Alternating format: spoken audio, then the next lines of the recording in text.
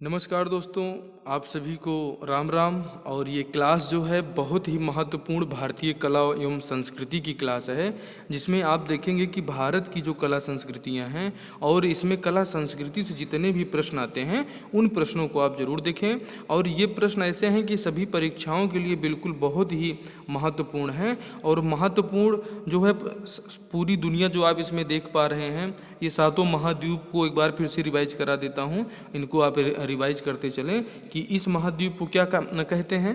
आप बताएं, एक बार अपने दिमाग को दौड़ाएं। तो ये है दोस्तों उत्तरी अमेरिका, और ये है क्या है दक्षिणी अमेरिका। ये हमारा क्या है यूरोप वाला रीजन, ये क्या है अफ्रीका वाला रीजन।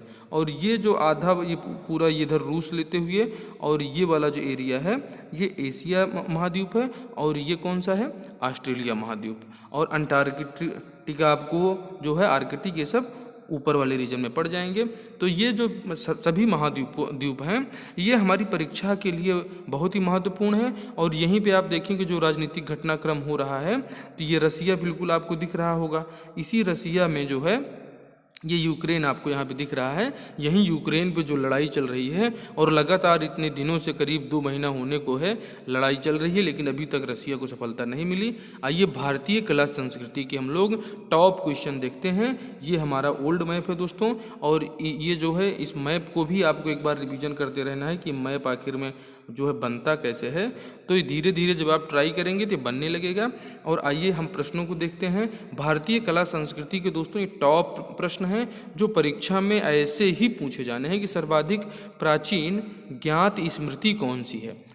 पराशर स्मृति है क्या, नारद स्मृति, मनुस्मृति और कात्यायन स्मृति। तो दोस्तों इसमें जो हमारा सबसे प्राचीन स्मृति मानी जाती है वो ऑप्शन सी आपका सही है। मनुस्मृति को सबसे प्राचीन स्मृति माना जाता है, और ये कई बार परीक्षा में पूछे गए हैं। ये प्रश्न आपको देखने ही वाले हैं, पेपर जब आपका आएगा तो आप उसमें जरूर इसको देखेंगे। आइए देखते हैं अगला, मीनाक्षी मंदिर। अब भारतीय कला संस्कृति से ऐसे ही प्रश्न पेपर में आते हैं दोस्तों, इसलिए आप इनका रिवीजन जरूर कर लीजिए कि मीनाक्षी मंदिर कहाँ पर स्थित है। तंजौर में, मेखला में, मदुरई में, महाबलीपुरम में। तो दोस्तों मीनाक्षी मंदिर जो है ये इसमें आपका ऑप्शन सी सही है, मदुरई में स्थित है मीनाक्षी मंदिर। तो इसे आप बिल्कुल याद रखिए। सांची का स्तूप कहाँ पर पड़ता है दोस्तों, राजस्थान में है क्या, उत्तर प्रदेश में, छत्तीसगढ़ में, मध्य प्रदेश में। तो दोस्तों सांची तो हम लोग जानते ही हैं कि सांची का स्तूप जो है, अब स्तूप जितने भी होंगे वो स्तूप का मतलब सीधे बौद्ध धर्म से आपको लगाना है। तो ये सांची का स्तूप कहाँ स्थित है, तो ये मध्य प्रदेश में स्थित है। और बौद्ध धर्म जो है गौतम बुद्ध द्वारा चलाया गया धर्म है दोस्तों, इसे आप जो है जरूर याद रखिए। और सांची का स्तूप कहाँ है, तो मध्य प्रदेश में, आप सभी जानते हैं। दिलवाड़ा का जैन मंदिर किस राज्य में स्थित है, ये पूछ लिया जाता है।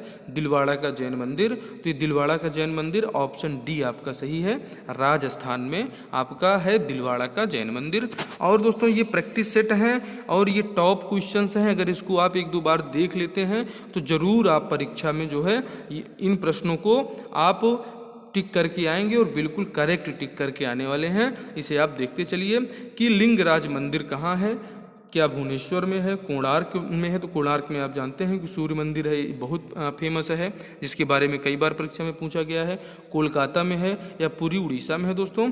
तो ये भुवनेश्वर में जो है स्थित है हमारा लिंगराज मंदिर। लिंगराज मंदिर, ये कला संस्कृति के यही प्रश्न है दोस्तों, ऐसे ही प्रश्न कला संस्कृति से पूछे जाते हैं। तो ऑप्शन ए आपका इसमें सही है। आगे देखते हैं दोस्तों कि ये जो केदारनाथ के प्रसिद्ध शिव मंदिर के बारे में कौन सा कथन असत्य है, इसको आपको बताना है। ऐसा माना जाता है कि पांडवों ने इसे बनवाया था एवं आदि शंकराचार्य द्वारा इसका पुनरुद्धार कराया गया था। तो ये जो पुनरुद्धार है ये जो है किसने कराया था, तो ये आदि शंकराचार्य ने कराया था, और पांडवों ने इसको केदारनाथ के शिव मंदिर को बनवाया था। यह गढ़वाल हिमालय पर्वत श्रृंखला पर स्थित है, बिल्कुल जो है यह मंदाकिनी नदी के पास स्थित है। यहाँ सीधे सड़क मार्ग से पहुँचा जा सकता है। इसमें आपका कौन सा कथन असत्य है पूछा जा रहा है, तो जो ऑप्शन डी में है कि दोस्तों इसमें सड़क मार्ग से आप नहीं पहुँचते हैं। जो है यहाँ पर केदारनाथ का जो प्रसिद्ध शिव मंदिर है ये पांडवों द्वारा ही बनवाया गया था, ये भी बिल्कुल सही है। आदि शंकराचार्य जी ने इसका पुनरुद्धार कराया था, बिल्कुल सही है। गढ़वाल हिमालय पर्वत श्रृंखला में स्थित है केदारनाथ का शिव मंदिर, ये भी बिल्कुल सत्य है। और यहीं से बहती है मंदाकिनी नदी, ये भी सही है। तो आपके तीनों ऑप्शन तो सही हैं दोस्तों, लेकिन जो ऑप्शन डी है इसका, ये ऑप्शन डी जो है ये यहाँ पर गलत है। ठीक है, कि यहाँ पर सड़क मार्ग से आप नहीं पहुँच सकते हैं। ठीक, किशनगढ़ शैली, ये आप देखिए इसको कि किशनगढ़ शैली का विकास, किशनगढ़ शैली किस कला के लिए प्रसिद्ध है? मंदिर कला, चित्रकला, मूर्ति कला या कि युद्ध कला? तो दोस्तों किशनगढ़ शैली क्या है? ये शैली दोस्तों एक चित्रकला की शैली है। ये जो है चित्रकला के लिए प्रसिद्ध है किशनगढ़ शैली, और ऑप्शन बी में आपका ये दिया गया है। तो किशनगढ़ शैली को आप कैसे याद करेंगे? तो किशनगढ़ शैली जो है चित्रकला से रिलेटिव है, मतलब चित्रकला के बारे में जो है बहुत ही प्रसिद्ध है ये। देखते हैं सुविख्यात ठुमरी गायक गिरजा देवी का संबंध किस घराने से है? अब ये घराना मतलब ये रायगढ़ घराना, आप रायगढ़ में जानते हैं कि यहाँ पे एक चक्रधर, महाराज चक्रधर जी थे, तो चक्रधर समारोह होता है, तो रायगढ़ घराने से तो चक्रधर जी का जो है बिल्कुल संबंध है। चक्रधर समारोह भी छत्तीसगढ़ में आयोजित किया जाता है, तो ये रायगढ़ छत्तीसगढ़ का है। लखनऊ घराने से हैं, लखनऊ उत्तर प्रदेश का घराना है। जयपुर घराना जो है राजस्थान का घराना है। बनारस घराना भी उत्तर प्रदेश का है। तो ये जो ठुमरी गायक हैं दोस्तों गिरजा देवी जी, इनका संबंध कहाँ से है? बनारस घराने से है, इसे आपको याद रखना है। ये सुविख्यात ठुमरी गायक हैं गिरजा देवी। घराने से तात्पर्य इन्हीं घरानों में इन लोगों का विकास हुआ, और यहीं से जो है इन लोगों ने इस कला को जो है ठुमरी कला को बहुत ज़्यादा जो है विश्व लेवल पे इसको प्रसिद्ध किया। इसीलिए ये सब घराने हैं दोस्तों। घराना से तात्पर्य यही है कि ये यहीं पे इन लोगों ने प्रैक्टिस किया, अभ्यास किया, और यहीं से इनका संबंध रहा है। तो इसलिए आप इसे ऑप्शन डी को याद रखें कि ठुमरी गायक गिरजा देवी का संबंध बनारस घराने से था। ये 50 बहुत ही महत्वपूर्ण प्रश्न है दोस्तों। आपने हमारे चैनल को अभी तक सब्सक्राइब नहीं किया है तो आप सब्सक्राइब करिए, और आपके लिए जो है दोस्तों 200 से प्लस प्रैक्टिस सेट हमारे चैनल पर मौजूद हैं, क्लासेस मौजूद हैं, आप उन्हें ज़रूर देखिए। और अगर आप इसको सभी क्लासेस को एक बार देख लेते हैं तो निसंदेह परीक्षा में आपको सफलता मिलेगी, और आपको इनको 2 बार 3 बार देखना है, जिससे कि सफलता आपकी कन्फर्म ही हो जाएगी। आगे देखिए दोस्तों, ये सत्रिया नृत्य किस राज्य की नृत्य शैली है? मणिपुर की है, केरल की है, छत्तीसगढ़ की है, असम की है? तो ये सत्रिया नृत्य दोस्तों का जो संबंध है ये सीधे असम से हो जाता है, और इसका ऑप्शन सही हो जाएगा कि ये जो सत्रिया नृत्य की शैली है ये असम राज्य की है। इसे आप जरूर याद रखिए। और दोस्तों आप हमारे चैनल पे जो है हिंदी से अगर NTA नेट का सपना रखते हैं तो NTA नेट की सभी क्लासेस चल रही हैं। आप हमारे चैनल पे यूनिट 1 से यूनिट 10 तक की जानकारी आपको प्रोवाइड कराई जा रही है, और बहुत ही समर्पित क्लासेस हैं, जिससे आपको जो है हिंदी के बारे में बेहतरीन जानकारी मिलेगी। आइए देखते हैं कि 13 ताली लोक नृत्य है, ये क्या है दोस्तों?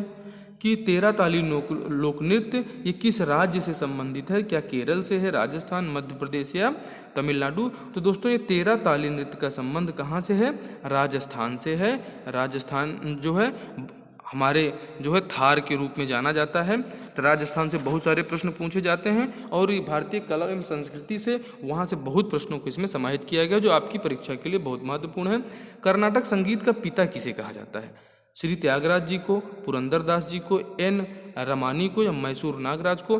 दोस्तों पुरंदरदास जो हैं, ऑप्शन बी आपका सही है कि कर्नाटक संगीत का पिता जो हैं वो कौन है? तो यही हैं दोस्तों हमारे पुरंदरदास जी। और कर्नाटक में ही कैगा पड़ता है, जो हमारा परमाणु का जो है परमाणु नाभिकीय शक्ति का केंद्र है, और यहीं पे पहली बार जो है परमाणु परीक्षण जो है परमाणु स्थापित किया गया था यहाँ पे।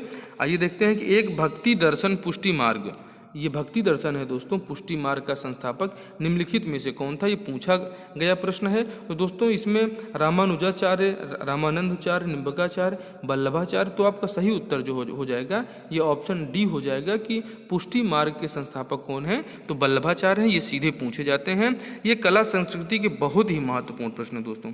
एशिया का प्रकाश किसे कहा जाता है? आप जानते हैं कि एशिया का प्रकाश किसे कहा जाता है? तो ये हमारे महात्मा बुद्ध जी को जो है एशिया का प्रकाश कहा जाता है। आप जो है महात्मा बुद्ध से रिलेटिव पूरी क्लास आप हमारे चैनल पे विस्तृत क्लास देखिए। स्मार्ट स्टडी क्लासेस 77 बिल्कुल आपकी परीक्षा की तैयारी के लिए प्रतिबद्ध है और सफलता आपको मिलेगी, 100% सफलता मिलेगी। आप हमारे सभी प्रैक्टिस सेट को, हमारे सभी क्लासेस को, आपको हिंदी व्याकरण की क्लासेस, संविधान की क्लासेस, इतिहास की क्लासेस, विश्व इतिहास की क्लासेस चलाई जा रही हैं। आप इनको जरूर देखिए और स्टैटिक जीके की क्लासेस भी बहुत महत्वपूर्ण हैं, उन्हें भी आप देखें।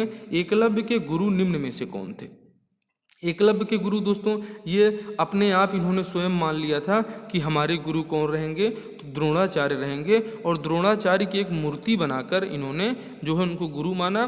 और बाद में उनके अंगूठे जब ये धनुर्धर विद्या में बहुत ही पारंगत हो गए जो है, तो उसमें इनकी उंगली को ही जो है वो मांग लेते हैं कि जिससे वो एकलव्य जो है, एकलव्य इनके सामने अर्जुन का मुकाबला ना कर सके। तो द्रोणाचार्य जी जो हैं ये एकलव्य के खुद ही माने गए गुरु हैं।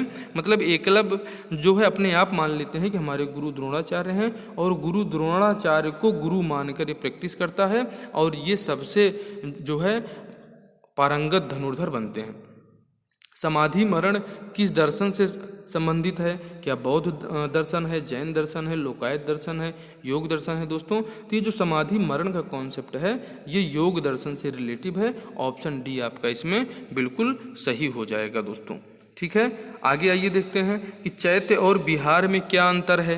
तो चैत्य और बिहार में जो अंतर है दोस्तों, चैत्य और बिहार का जो अंतर आता है वो बिहार पूजा स्थल है तथा चैत्य बौद्ध भिक्षुओं का निवास स्थल है। क्या जो है चैत्य विहार है और चैत्य दोनों निवास स्थल हैं, या कि चैत्य पूजा स्थल है और बिहार जो है निवास स्थल है? तो दोस्तों चैत्य और बिहार ये बौद्ध धर्म से रिलेटिव हैं और बौद्ध धर्म से जो है रिलेटिव होने के कारण ये चैत्य जो है एक पूजा स्थल के रूप में जाना जाता है। चैत्य को आप पूजा स्थल कहेंगे और जो बिहार था ये बिहार जो है निवास स्थल है। इसे आप जरूर याद रखिए। और आगे देखते हैं कर्म का सिद्धांत संबंधित है किससे? न्याय दर्शन से, वेदांत से, मीमांसा से, चार्वाक से। तो कर्म का सिद्धांत जो है ये ऑप्शन सी आपका सही हो जाएगा। ये कर्म का सिद्धांत किससे संबंधित है? तो मीमांसा दर्शन से जो है संबंधित है कर्म का सिद्धांत। आगे देखिए दोस्तों, महाभारत के नायक अर्जुन के पिता कौन थे? तो अर्जुन के पिताजी जो थे, महाभारत के नायक अर्जुन के पिता ये विचित्र वीर जो हैं, ये अर्जुन जो है महाभारत के नायक हैं। उनके पिता का नाम क्या था? विचित्र वीर। इसे आप अब याद रखिए। कपिल मुनि ने किस दर्शन का प्रतिपादन किया है दोस्तों? तो कपिल मुनि आप जानते हैं कि सांख्य दर्शन का उन्होंने प्रतिपादन किया था। ऑप्शन बी आपका इसमें बिल्कुल करेक्ट आंसर है। और बुद्ध और मीराबाई के दर्शन का सार क्या है आपसे पूछा जा रहा है दोस्तों। बुद्ध और मीराबाई के दर्शन का सार क्या है? तो ये दोस्तों इनके दर्शन का सार ये है कि बुद्ध ने भी, आप देखें कि जैसे ही वो जब एक व्यक्ति की मृत्यु हो जाती है और जब उसमें राम नाम सत्य का उच्चारण करते हुए लोग जाते हैं तो उसी को परम सत्य मान लेते हैं और उस पर उनके ऊपर इतना बड़ा प्रभाव पड़ता है कि वो अपना सारा राजपाट त्याग देते हैं और बौद्ध धर्म की स्थापना कर डालते हैं। कि संसार क्या है? दुखपूर्ण है। ऑप्शन ए आपका बिल्कुल सही है दोस्तों कि बुद्ध और मीराबाई के दर्शन का सार क्या है? तो वो संसार एक दुखपूर्ण है। मीराबाई भी यही मानती हैं, बुद्ध जी भी यही मानते हैं। कि अगला प्रश्न देखिए कि तमसो मां ज्योतिर्गमय निम्न में से किसमें वर्णित था? ये क्या इसका वर्णन उपनिषदों में था? बिल्कुल सही दोस्तों, इसका वर्णन उपनिषदों में था कि तमसो मां ज्योतिर्गमय का वर्णन कहाँ पे है? महाकाव्य पुराण या कि इनमें से कोई नहीं। तो आपका ऑप्शन ए सही है दोस्तों कि तमसो मां ज्योतिर्गमय का जो वर्णन है वो किसमें है? कि उपनिषदों में इसका वर्णन किया गया है। और जंतर मंतर का निर्माण किसने किया था दोस्तों? तो जंतर मंतर का निर्माण जो करता थे वो महाराणा जयसिंह जी थे। ये आपका बिल्कुल सही है। औरंगजेब तो आप जानते हैं कि दक्षिण नीति के कारण ये बिल्कुल इनका जब 1707 में मृत्यु हो जाती है तो इनका साम्राज्य धीरे धीरे मुगल साम्राज्य खत्म हो जाता है और अंग्रेज जो है पूरी तरह से हावी होने लगते हैं। कि और आप हमारे इन इतिहास की क्लासेस को भी जरूर देखिए, बहुत ही महत्वपूर्ण है। विक्रम संवत का प्रारंभ कब हुआ था दोस्तों? तो विक्रम संवत का प्रारंभ 58 ईसा पूर्व में हुआ था। ऑप्शन सी आपका इसमें सही है। आगे देखिए कि भारत के किस शहर को उद्यानों का शहर कहा जाता है दोस्तों? तो भारत के किस शहर को उद्यानों का शहर कहा जाता है? तो ये बेंगलोर को उद्यानों का शहर कहा जाता है। रामेश्वरम किस राज्य में स्थित है दोस्तों? तो रामेश्वरम हमारे तमिलनाडु में स्थित है, इसे आप याद रखिए, बहुत ही महत्वपूर्ण है। आगे देखिए, हिमाचल प्रदेश में स्थित पर्यटन स्थल डलहौजी का नया नाम क्या है? तो डलहौजी का नाम जो है रख दिया गया सुभाष नगर, क्योंकि डलहौजी दोस्तों ये एक अंग्रेज थे और ये इनकी जो है हड़प नीति के कारण ही जो है हमारे यहाँ 1857 का स्वतंत्रता संग्राम होता है। और 1857 का स्वतंत्रता संग्राम हमारे चैनल पे जरूर देखिए, बहुत ही नए तथ्य इसमें शामिल किए गए हैं, वेरी इंपॉर्टेंट है और आपको भारत में अंग्रेजों के अत्याचार आपको उसमें समझ में आने वाले हैं। तो डलहौजी जो था पहले पर्यटन स्थल डलहौजी नगर, उसका नाम बदलकर सुभाष नगर, नेताजी सुभाष नगर कर दिया गया है। ऑप्शन बी आपका बिल्कुल सही है। हिंदी के बाद सर्वाधिक बोली जाने वाली भारतीय भाषा कौन सी है दोस्तों? तो हिंदी के बाद जो सर्वाधिक बोली जाने वाली भाषा है हमारी बंगाली है। और बंगाल में कौन है? ममता दीदी हैं। तो ममता दीदी को आपको याद रखना, ये यहाँ की सीएम है और बहुत ही तेज तर्राक सीएम है। इनको हराने के लिए जो है अभी तक भाजपा सफल इसमें नहीं हो पाई है। तो हिंदी के बाद सर्वाधिक कोई भाषा बोली जाती है तो कौन सी बोली जाती है? बंगाली बोली जाती है। भारत की पहली टेक्निकल फिल्म का नाम क्या है दोस्तों? तो भारत की जो पहली टेक्निकल फिल्म है वो टेक्निकल फिल्म का नाम है झांसी की रानी। ये भारत की पहली टेक्निकल फिल्म है। ऑप्शन बी आपका इसमें पूरी तरह से सही है। आगे देखिए, भारत की पहली 3D फिल्म पूछ लिया जाए तो 3D फिल्म माई डियर कुट्टी चतान, ऑप्शन डी आपका सही है। भारत की ये पहली हिंदी फिल्म है। ईस्टर त्यौहार के पीछे ईसाइयों की क्या भावना है? ये भावना आपसे पूछा जा रहा है। इसी दिन ईसा ने जन्म लिया था, पुनर्जीवित होने की याद में या संसार से विदा होने की याद में। तो दोस्तों ईस्टर जी को जब ईसा मसीह जी को आप देखते हैं कि जब इनको इसी में टांग दिया गया था टी के आकार में, यहाँ इधर दोनों हाथ इनके और यहाँ कीलों से जड़ दिया गया था। और इसी दिन जो है ईस्टर त्यौहार इसीलिए मनाया जाता है कि ये इसी दिन जो है ये पुनर्जीवित होने का जो है कहा जाता है। क्या सत्य है क्या असत्य ये नहीं पता, लेकिन ईसाइयों की जो भावना है उनकी ये भावना है कि इसी दिन जो है ईसा मसीह पुनर्जीवित हुए थे, जब इनको यहाँ पे वहाँ के राजा ने इनको कीलों से जकड़ दिया था और उसमें इनकी मृत्यु हो गई थी। मधुबनी लोक कला किस राज्य की प्रसिद्ध है दोस्तों? तो मधुबनी तो आप जानते हैं कि बिहार की जो है प्रसिद्ध लोक कला है और पूरी दुनिया में जानी जाती है। कि मधुबनी लोक कला जो है किस राज्य से संबंधित है? तो बिहार से संबंधित है। ऑप्शन सी आपका सही है। लोसर उत्सव किस धर्म से संबंधित है? तो दोस्तों लोसर जो उत्सव है ये संबंधित है बौद्ध धर्म से, लोसर उत्सव का संबंध है। ऑप्शन सी आपका पूरी तरह सही है। दोस्तों आप सभी चैनल को सब्सक्राइब करिए और सब्सक्राइब करके आप हमारी क्लासेस को जरूर देखिए। और सब्सक्राइब करने से आपका फ़ायदा ये होगा कि हमारे जो भी वीडियो अपलोड होंगे उसकी सूचना आपके सीधे मोबाइल में पहुंचेगी, फिर आप उन क्लासेस को देख पाएंगे। ठीक है दोस्तों, भारतीय राज्यों में अधिकतम संख्या निम्न में से किस राज्य में पाई जाती है? तो भारतीय राज्यों में अधिकतम संख्या, ये ऑप्शन डी है दोस्तों, कि भारतीय राज्यों में अधिकतम संख्या निम्न में से किस राज्य में पाई जाती है? तो ये महाराष्ट्र है दोस्तों। ये क्वेश्चन थोड़ा सा इसमें जो है फॉल्ट है। अब क्या पाया जाता है इसको आपको कमेंट बॉक्स में हम आपको बताएंगे कि भारतीय राज्यों में अधिकतम संख्या निम्न में से किस राज्य की पाई जाती है। ये दोस्तों क्वेश्चन ही कंप्लीट नहीं है, इसके लिए जो है आपको हम अगला प्रश्न देखिए कि लोक नृत्य यक्षगान निम्न में से किस राज्य से संबंधित है? तो आपका ऑप्शन ये ए सही है कि कर्नाटक राज्य से आपका यक्षगान संबंधित है। कि जो यक्षगान कहाँ होता है? तो कर्नाटक में होता है। नेशनल स्कूल ऑफ ड्रामा की स्थापना कब हुई थी दोस्तों? तो ये हुई थी 1959 में नेशनल स्कूल ऑफ ड्रामा की स्थापना हुई थी। आगे देखिए दोस्तों, निम्न में से कौन सा युग्म गलत है? अब आपको इसमें गलत युग्म बताना है। भीमसेन जोशी का संबंध शास्त्रीय संगीत गायन से है, बिल्कुल सही है दोस्तों। जो है अल्लाह रखा का संबंध किससे है? तबला वादन से, ये भी बिल्कुल सही है। और देबू चौधरी का संबंध सितार गायन से है, ये भी बिल्कुल सही है। और ऐसे सुब्बू लक्ष्मी ये बांसुरी वादन से संबंधित नहीं है। आपका ऑप्शन डी इसमें गलत हो जाएगा। तो भीमसेन जोशी शास्त्रीय संगीत के जो है गायक हैं, इसे आप बिल्कुल याद रखिए, सही है।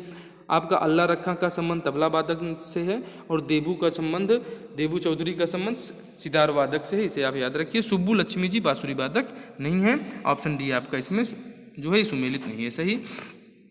आगे देखिए दोस्तों, न्याय दर्शन का जो है प्रवर्तक निम्न में से कौन है? तो न्याय दर्शन के जो प्रवर्तक है दोस्तों, गौतम मुनि ने न्याय दर्शन का जो वो किया था, इसके प्रवर्तक माने जाते हैं। सांख्य दर्शन के आप जानते हैं कपिल मुनि, और योग दर्शन के आप जो है जानते हैं कि पतंजलि जी हैं। और चारवाक के बारे में आप हमें कमेंट बॉक्स में ज़रूर बताइए कि चारवाक दर्शन का संबंध किससे है, बहुत ही फेमस है, इसका आप कमेंट बॉक्स में उत्तर जरूर बताएं।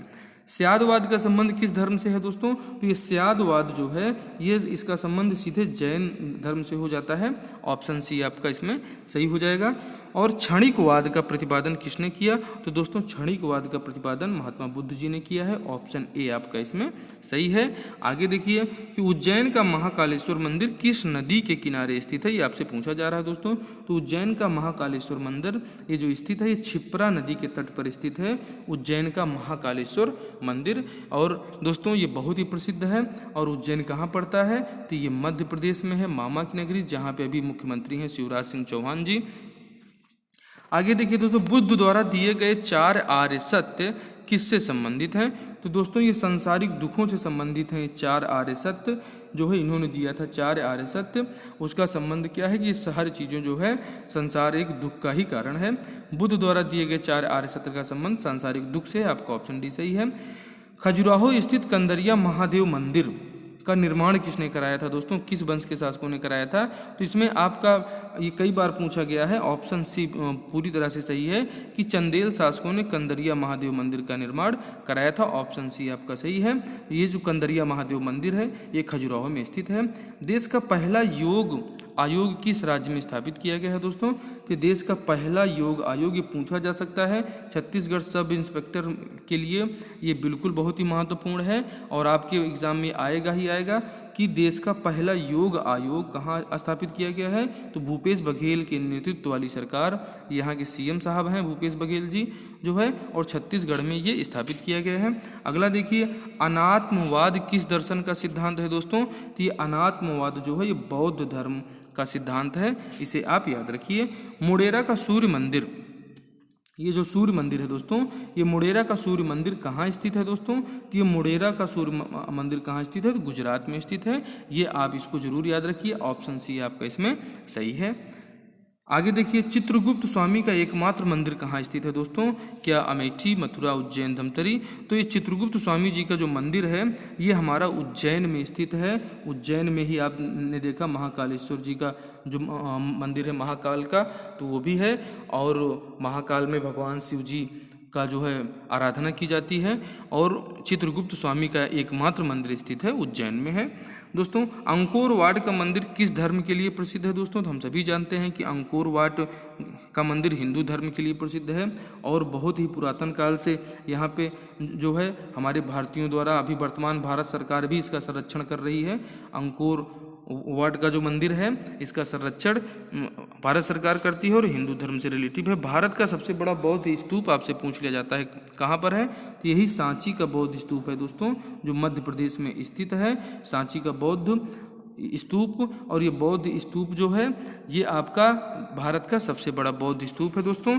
पुरी के जगन्नाथ मंदिर की प्रतिमा किस धातु से बनी है, आपसे पूछा जा रहा है दोस्तों। तो ये कई बार ये CGPSC के एग्ज़ाम में भी आया था दोस्तों, और उसमें जो है पहली बार तो मुझसे भी गलत हो गया था पहली बार परीक्षा में, लेकिन अब की बार बिल्कुल नहीं गलत होगा हमसे भी और आपसे भी नहीं, कि ये लकड़ी का बना हुआ है दोस्तों। पुरी के जगन्नाथ की जो प्रतिमा है वो प्रतिमा किसकी बनी हुई है? ये जो है लकड़ी की बनी हुई प्रतिमा है, हीरे सोने से नहीं बनी है। भुवनेश्वर तथा पुरी के मंदिर किस शैली में बनाए गए हैं? तो ये ऑप्शन सी आपका सही है, नागर शैली में बनाए गए हैं ये मंदिर। बहुत ही महत्वपूर्ण क्लास रही दोस्तों ये। आप हमारे चैनल को सब्सक्राइब करें और सब्सक्राइब करके आपको जो है सभी प्रैक्टिस सेट हमारे देखिए। आपको भारत में होने वाली ये इन परीक्षाओं में 100% आपको सफलता मिलेगी। आप जो है पूरी तरह से तैयारी के लिए समर्पित रहिए। बहुत ही महत्वपूर्ण क्लासेस हैं दोस्तों, आप लगे रहिए और कर्म करना ही है, कर्म करते रहिए, फल मिलेगा, जरूर मिलेगा सही दिशा में अगर आप मेहनत करेंगे तो। और इसीलिए कहा गया है कि जो है कर्म करिए और राम को विसारना भी नहीं है। ठीक है दोस्तों, तो जय विधि राखे राम तय विधि रहिए। ठीक है, तो उस विधि से रहते हुए आप जो है अपने कर्मों का पालन करते रहें। और हानि लाभ इसमें जो है विधि का विधान जान हानि लाभ सहिए, ये कहावत बहुत ही महत्वपूर्ण है दोस्तों कि जहि विधि राखे राम तेहि विधि रहिए और हानि लाभ जान सुख दुख सहिए। तो ये सुख दुख सहते हुए आप जो है अपनी तैयारी में लगे रहें, सफलता जरूर मिलेगी। आपसे मिलते हैं अगली वीडियो में, तब तक आप स्वस्थ रहें, मस्त रहें और तैयारी करते रहें। जय हिंद, जय भारत।